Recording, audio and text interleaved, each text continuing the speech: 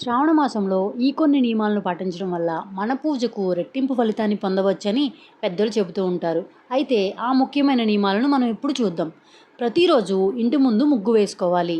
పర్వదినాల్లో తలస్నానం చేసుకోవడం మంచిదని పెద్దలు చెబుతూ ఉంటారు. అలాగే మంగళవారం, శుక్రవారం రోజుల్లో సమయం కాని సమయంలో నూనె పెట్టుకోకూడదు. ముఖ్యంగా సాయం సంధ్య వేళల్లో అంటే సాయంత్రం సమయంలో నూనె పెట్టుకోకూడదని పెద్దలు చెప్తూ ఉంటారు. ఇంటిని ఎప్పుడు పరిశుభ్రంగా, శుభ్రంగా ఉంచుకోవాలి అంటారు. ఎందుకంటే అమ్మవారు శ్రావణ మాసం మొత్తము భూమి మీద తిరుగుతారని, ఇప్పుడు శుభ్రంగా మనం ఇల్లు ఉంచుకోవడం వలన అమ్మవారు మన ఇంట్లోనే తిష్ట వేసుకొని కూర్చుంటుందని పెద్దలు చెప్తూ ఉంటారు. పూజా మందిరంలో నూనె మరకలు కానీ, జిగురు మరకలు కానీ లేకుండా శుభ్రంగా ఉంచుకోవాలి. ముఖ్యంగా ఎర్రని వస్త్రాలతో చేసే పూజలు విశేష ఫలితాన్ని ఇస్తాయని నమ్మకం. అమ్మవారికి ఎర్ర రంగు, పచ్చ రంగు, పసుపు రంగు ప్రీతికరమని పెద్దల నమ్మకం. ఇంట్లో బూజు, దుమ్ము లేకుండా ఇంటిని ఎప్పటికప్పుడు శుభ్రం చేసుకోవాలి. ఇంట్లో సంతోషంగా, ప్రశాంతంగా ఉండడానికి మాత్రమే ప్రయత్నించండి. ఎప్పుడు పడితే అప్పుడు నూనె పెట్టుకోకుండా సరైన సమయాన్ని చూసుకొని మాత్రమే పెట్టుకోవాలి. జుట్టును విరబూసుకొని ఇంట్లో తిరగకుండా జుట్టులో కనీసం ఒక ముడి అయినా ఉండేలాగా చూసుకోవాలి.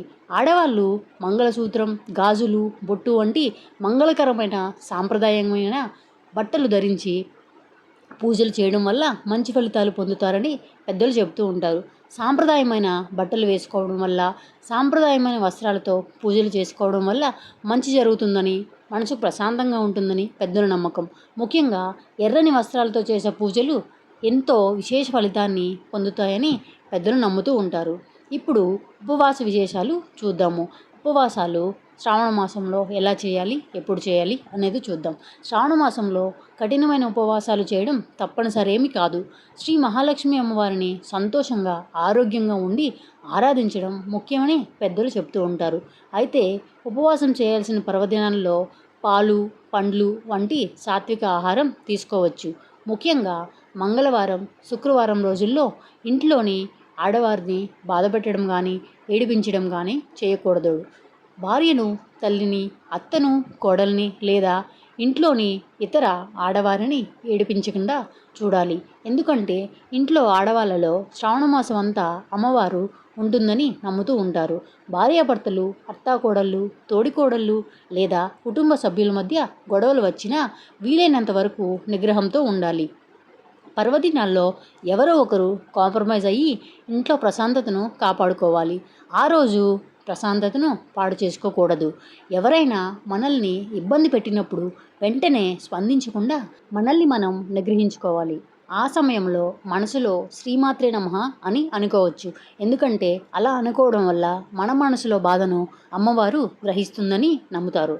పరనింద, ఆత్మస్తుతి చేయకుండా ఉండటం మంచిదని పెద్దలు చెప్తూ ఉంటారు. ఇప్పుడు శ్రావణ మాసం ప్రత్యేకతలు చూద్దాం. అసలు శ్రావణ మాసం ఎందుకు వచ్చింది అనేది మనం తెలుసుకుందాము. పౌర్ణమి రోజున చంద్రుడు శ్రవణ నక్షత్రంలో సంచరిస్తాడని చెప్తారు. శ్రవణ నక్షత్రం శ్రీ మహావిష్ణువుకు సంబంధించిన జన్మ నక్షత్రంగా భావిస్తారు. శ్రవణ నక్షత్రంతో సంబంధం ఉన్న మాసం కాబట్టి దీనిని శ్రావణ మాసం అనే పేరు వచ్చిందని పెద్దలు చెబుతూ ఉంటారు. ఈ శ్రావణ మాసం శ్రీ మహాలక్ష్మి అమ్మవారికి ఎంతో ప్రీతికరమైనదిగా భావిస్తారు మన పెద్దలు.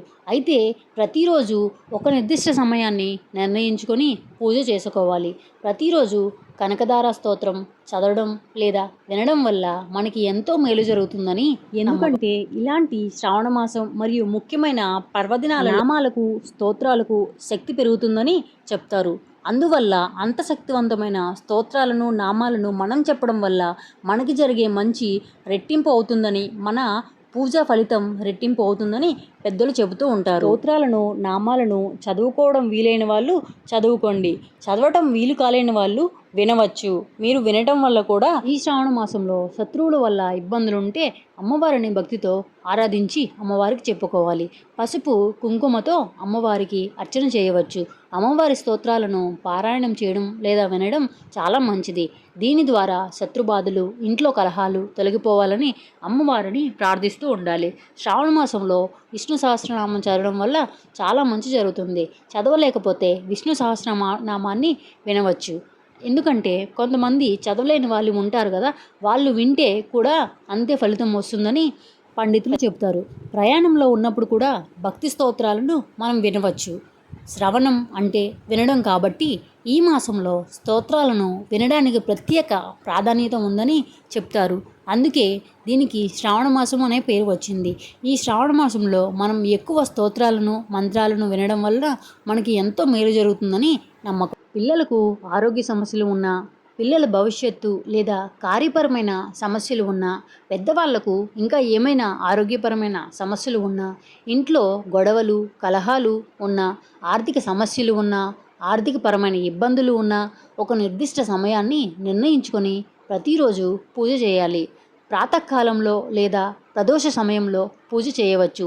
ఎందుకంటే ఈ ప్రాతకాలంలో ప్రదోష సమయాల్లో ఇంకా శక్తి ఎక్కువ ఉంటుందని, బ్రహ్మముహూర్తంలాగే దీన్ని భావిస్తారని చెప్తూ ఉంటారు. అమ్మవారికి కుంకుమతో అర్చన చేయడం మంచిదని చెబుతారు.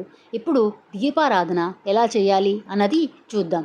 ప్రతిరోజు ఒక నిర్దిష్ట సమయాన్ని నిర్ణయించుకొని దీపాన్ని వెలిగించాలి. మీ దగ్గర ఉన్న రామాక్షి దీపం అయినా, గజలక్ష్మి దీపం అయినా, తిరునామాల దీపమైనా, మట్టి ప్రమిద అయినా భక్తితో దీపారాధన చేయవచ్చు. ఎందుకంటే మీరు ఏ దీపాన్ని వెలిగిస్తున్నారని అమ్మవారు చూడరు. మీకు ఎంత భక్తితో మీరు పూజ చేస్తున్నారనేది అమ్మవారు చూస్తారు. దీపారాధనతో పాటు పూజ కుంకుమార్చన చేయడం మంచిది. అమ్మవారికి ఇష్టమైన మంగళకరమైన వస్త్రాలతో ఆరాధన చేయడం విశేష ఫలితాన్ని ఇస్తుందని నమ్ముతూ ఉంటారు. చివరిగా ముఖ్యమైన విషయం. ఈ ముఖ్యమైన విషయాన్ని తప్పకుండా మీరు వినాలి. మన సమస్యలను స్వామివారి అమ్మవారి ముందు మనస్ఫూర్తిగా ఉంచాలి. ఎందుకంటే మనకు సమస్యలు ఉన్నాయి, మనకి ఇబ్బందులు ఉన్నాయి అని చెప్పుకుంటేనే కదా అమ్మవారు వాటిని తీరుస్తుంది. పూర్తి నమ్మకంతో భగవంతుడిని ప్రార్థించాలి. పూజను భయంతో కాకుండా భక్తితో మాత్రమే చేయాలి. మనసులో స్వామి అమ్మవారును నిలుపుకొని ఆరాధన చేయాలి. శ్రావణ మాసంలో శుభ్రత మరియు భక్తి మరియు నిగ్రహం మరియు సంతోషం, ఇంకా దీపారాధన, ఇంకా స్తోత్ర శ్రవణ మనం చేసే పూజ ఫలితాన్ని రెట్టింపు చేస్తాయని వేద పండితులు చెప్తారు. చివరిగా చిన్న మాట. ఇవన్నీ శ్రావణ మాసంలో మనం పాటించాల్సిన ముఖ్యమైన నియమాలు. అయితే ముఖ్యంగా భక్తి, శుభ్రత, సంతోషం, నిగ్రహం, మనం దైవంపై పెట్టుకునే నమ్మకం అనేవే అన్నిటికంటే ముఖ్యమైనవి. మనం మనస్ఫూర్తిగా అమ్మవారిని స్వామివారిని ఆరాధిస్తూ ఈ శ్రావణ మాసాన్ని భక్తి శ్రద్ధలతో జరుపుకుందాం. శ్రీ మహాలక్ష్మి అమ్మవారి కరుణా కటాక్షాలు మీ కుటుంబం అందరిపై ఎల్లప్పుడూ ఉండాలని కోరుకుంటున్నాను. ఈ వీడియో మీకు నచ్చితే తప్పకుండా లైక్ చేసి మీ కుటుంబ సభ్యులతో షేర్ చేసుకోండి. ఇలాంటి మరిన్ని ఆధ్యాత్మిక పూజా విధానాలు మరియు శ్రావణ మాస విశేషాల కోసం మన ఛానల్ను సబ్స్క్రైబ్ చేసి పక్కనే ఉన్న బెల్ ఐకాన్ను క్లిక్ చేయండి. మర్చిపోవద్దు, మన ఛానల్ను సబ్స్క్రైబ్ చేసుకోండి. శ్రీ మహాలక్ష్మి నారాయణుల అనుగ్రహం మీ అందరికీ కలగాలని కోరుకుంటూ మరో మంచి వీడియోతో మళ్ళీ కలుద్దాం. ఓం నమో నారాయణాయ.